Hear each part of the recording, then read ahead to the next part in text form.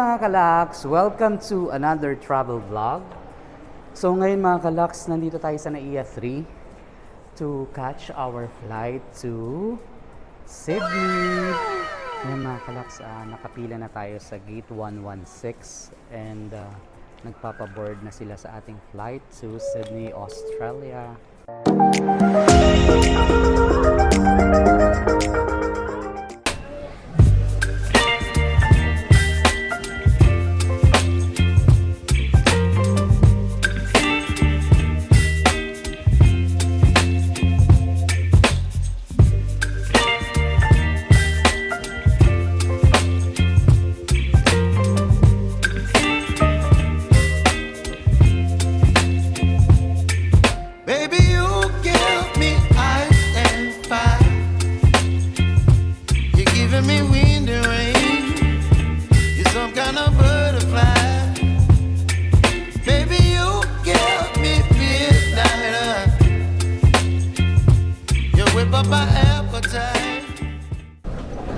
Welcome to Sydney. We just landed Sydney Airport mga kalaks. We're looking for the right way mga kalaks for the baggage claim. So mali pala yung pinuntahan namin. Pang international transit siya. We should turn left dito sa may duty free.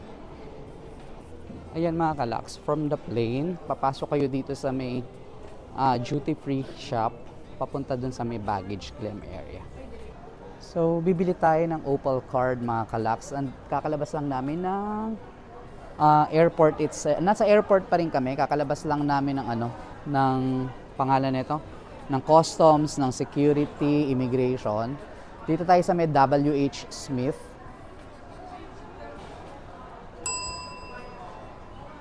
So, bibili tayo ng Opal card. Hello. We're going to buy Opal card. Yes. For two. How much? $50. Pay cash or pay card? Cash. Yeah. So yan mga kalaks, dito tayo bumili ng Opal card. Pinalagyan na rin natin ng $50 na load dito sa WH Smith. Makikita mo siya mga kalaks, paglabas mo lang ng nung yan, B na exit. Yan agad yung WH Smith na counter. Tapos yung SIM card mga kalaks, dito natin binili sa Optus na parang mas okay yung deal nila for 80 gig. Bayaran lang namin is $30. Tapos may parang mga pa siya, ibang option, call options. You can call international numbers for I think 5 hours yung allocation mo. Then 80 gig, pwede kang mag-hotspot. Ano lang din siya, katabi lang siya ng Vodafone, tapos exit B, arrivals. So yan mga kalaks, we'll be getting the airport train.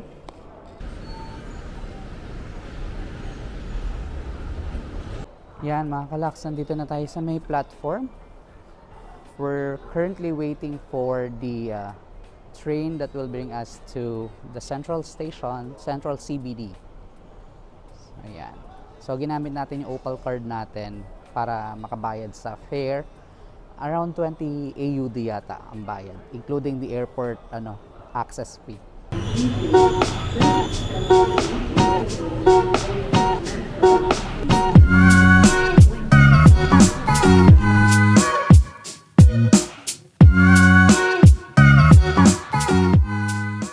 Yan mga kalaks, naka-check-in na tayo sa ating accommodation dito sa Sydney. And yan, sinundo kami ni Marvin sa Central Station. Papunta kami ng Circular Quay daw ngayon. Sa Opera House. Sa check-in counters, ang hinanap lang talaga is ticket, tsaka yung passport. Sa immigration, yung visa. Tapos, wala na, yun lang, passport, visa. Tapos ang question lang is trabaho, tas kung anong gagawin sa Australia. Other than that, wala namang ibang question. Diyan tayo sasakay sa light rail train nila. Ayan yata may padating na train.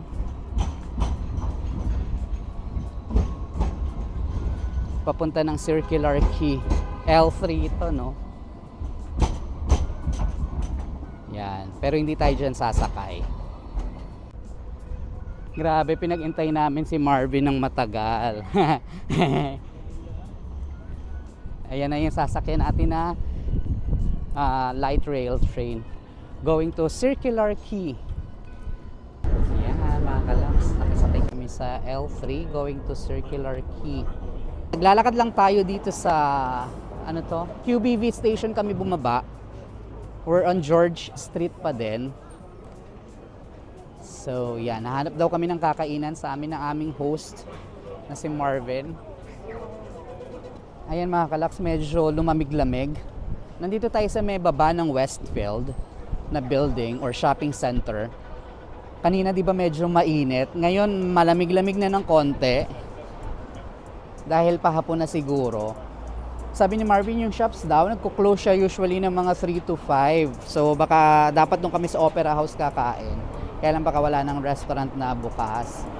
Kaya dito kami pumunta. Nandito tayo sa may Pitt Street Mall mga kalaks.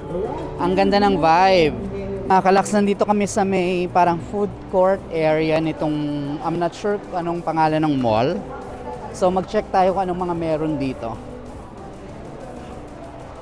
So Eat Istanbul, mga Mediterranean cuisine. So there's KFC. So explore muna tayo mga kalaks kung anong meron dito sa food court.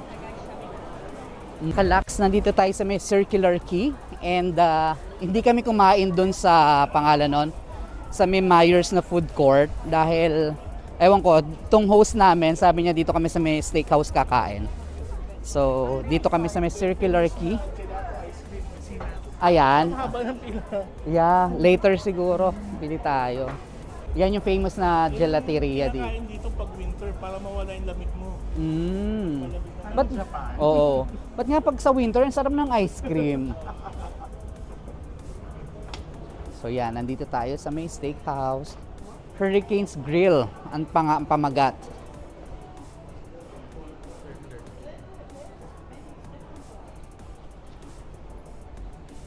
Pamagat talaga, no?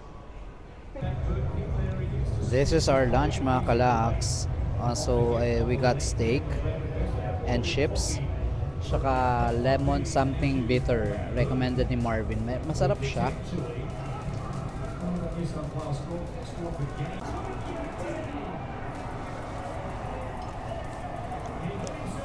Yun mga kalaks. Tapos na tayo mag late lunch doon sa sa may wing house na steakhouse. Yun, ang sarap ng steak. And ngayon pipila kami dito sa may Messina, isa sa famous gelato shops dito sa sa Sydney. So yan mga kalaks, so tingnan mo ang dami nung pila. Ito yung Messina. So sabi nga pag winter masarap ang gelato. Yan, try tayo.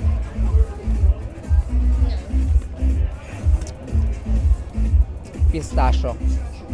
Ano yung sabi ko? May try the super dulce de leche. Masarap yung pistachio. Anong lasa? Banana? Masarap. Masarap. Ayoko ng banana. Mine 1 scoop of pistachio and super dulce.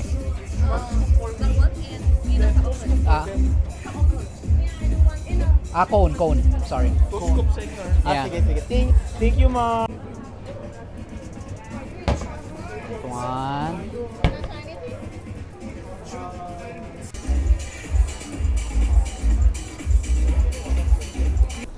Hindi ko rin alam bakit ang sarap mag-ice cream kapag winter or may snow.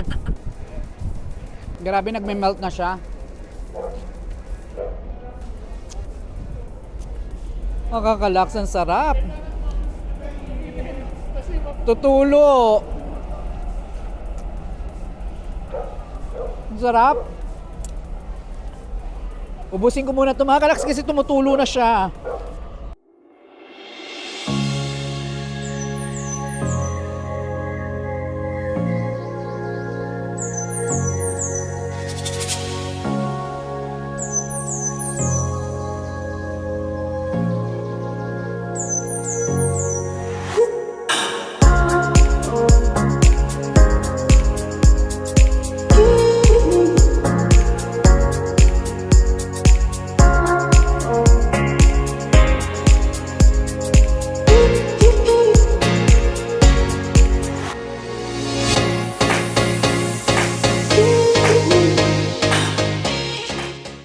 Isa tayo dito sa side na to mga kalaks ng Opera House. So yan, medyo dumidilim na. Ayun sa likod natin yung Opera House. So pupunta tayo up close. Nakapag-shots na rin tayo ng mga ng mga pictures. Grabe, parang na-take off na rin natin siya sa natin, sa travel bucket list natin tong Opera House ng Sydney.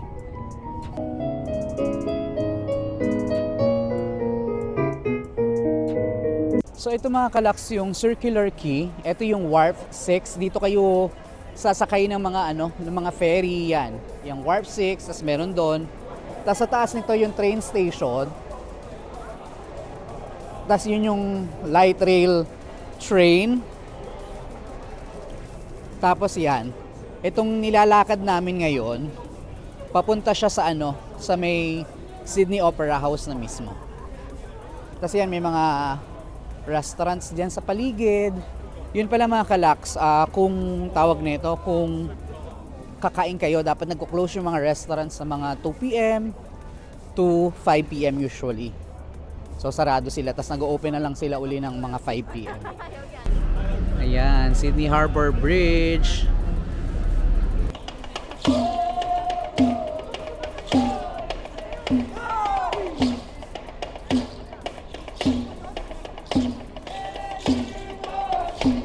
Yan mga kalaks, nasa background natin yung Sydney Harbour Bridge. So yun siya.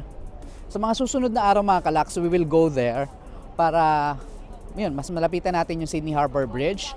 Tapos yan mga kalaks, dito sa may gilid, may mga restaurants, mga alfresco dining. Yan, with a view of the Sydney Harbour Bridge. Yan, marami mga restaurants na pagpipilian. Yan mga kalaks, yung up close ng Sydney Opera House sa gabi. Yan siya. Actually, tama sila eh. Kada angulo niya, iba-iba yung itsura. So yan, Yan. Ganda. May projection pa rin dito sa sa bubong. Ganda niya, So tapos na tayo dito mga kalaks sa Sydney Opera House by night or at night. So di ko alam kung saan tayo pupunta sunod. Maglalakad-lakad lang tayo dito sa Sydney Harbour siguro. Impression, sobrang tawag nito, ang galing ng architecture ng Opera House mga kalaks. Then sa picture, feeling mo sobrang laki, pero parang nung napunta namin, parang maliit lang pala siya. Alam mo mga kalaks, nakakatuwa dahil syempre, alam mo yun, tawag na ito, syempre sa picture mo lang naman yan nakikita dati. Sobrang nakaka-amaze na makita siya in flesh or in person talaga, yung actual mo makita yung Sydney Opera House na. Yan mga kalaks, magdi-dinner tayo, early dinner. Grabe, medyo busog pa nga. Dito sa may Ipudo, dito lang sa sa may Harbour Bridge. Harbour, Harbour Bridge, tapat ng Harbour Bridge. Yan mga kalaks, nandito kami sa may Ipudo Ramen, dito sa may sa may Sydney Harbour. And this is our dinner for today. And kailangan namin magpahinga din dahil may sobrang pagod dun sa sa travel from PH going here. Kalaks, ito yung ating dinner, bonito tonkatsu ramen from Ipudo. Grabe mga kalaks, tama yan, merong parang onion stock o may onion dito, tawag dito, may leeks ba yan, tas may chashu, tapos egg, tapos broth. Tingnan mo yung broth mga kalaks, tas meron din siyang bamboo. Try natin yung broth.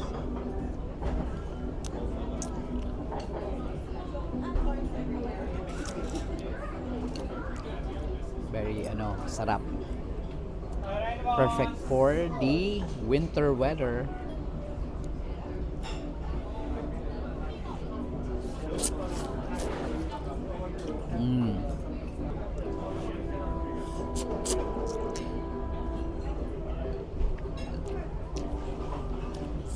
Ubusin lang namin itong mga kalaks, tapos balikan ko kayo. Oy Marvin, thank you so much. Thank you ha. Nice meeting you. Thank Nice you. meeting you. Oy, Thank Isa, you. Pagka, sana makita pa tayo ng weekend. Pero kung hindi na, Basta message. kayo, ha? Oo, thank you for today. Pagka Thank you for may- today.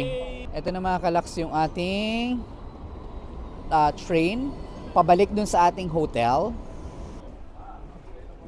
Let's go here. Excuse me. Ay, sorry. Ay. So, yan. Mga kalaks, nandito kami sa may metro na supermarket. Bibili kami ng breakfast for tomorrow dahil walang breakfast na kasama sa hotel. Ito, may mga food dito. Chipotle chicken, ayan, may lentil bliss bolognese, classic butter chicken. Syempre may mga buy one take one ang bibili natin. Ang ingay ko, sabi walang pera itong mga ito. Inaabatan yung buy one take one. Kalaks, nakabalik na ulit tayo dito sa ating hotel room sa Big Backpackers Hostel dito sa may Surrey Hills in Sydney, Australia. So this will be our room for a week. Yeah, mga 7 nights during our vacation here sa Sydney. So ito yung room tour tayo. So yan mga kalaks, nakapag na kami ng gamit. So pagpasok mo, very basic since hostel nga itong tinutuluyan namin is actually naswertihan lang din na itong hostel na nakuha namin ay may private na bathroom tsaka private room. So ito yung room namin, 1 double bed, tapos may 2 side table dyan. Side table din dito sa kabila. Tapos ang lang kasi itong window dito actually lang siya, glass, anong tawag? Hindi naman nabubukas yung window. Sarado na natin yan at gabi na. Yan. Tapos meron din dito mga kalaks, lagayan ng gamit, parang dresser yan. Pero open na dresser yan. Sampay lang namin yung mga coat diyan. Tapos may mga rack dyan for towel, for clothes. Tapos may TV dito sa taas. Tapos, yan. Ito yung tissue. Ang pangit lang, walang bidet. Yan, toilet. Tapos shower. Yan. Since hostel mga kalaks, kanya-kanyang dala tayo ng ng soap and shampoo, conditioner. Wala siyang provide. Tapos, yan, sink. Tapos dito may hand soap. So pretty much that's it mga kalaks. Yan yung namin, room namin dito sa may Sydney, Australia for 7 nights.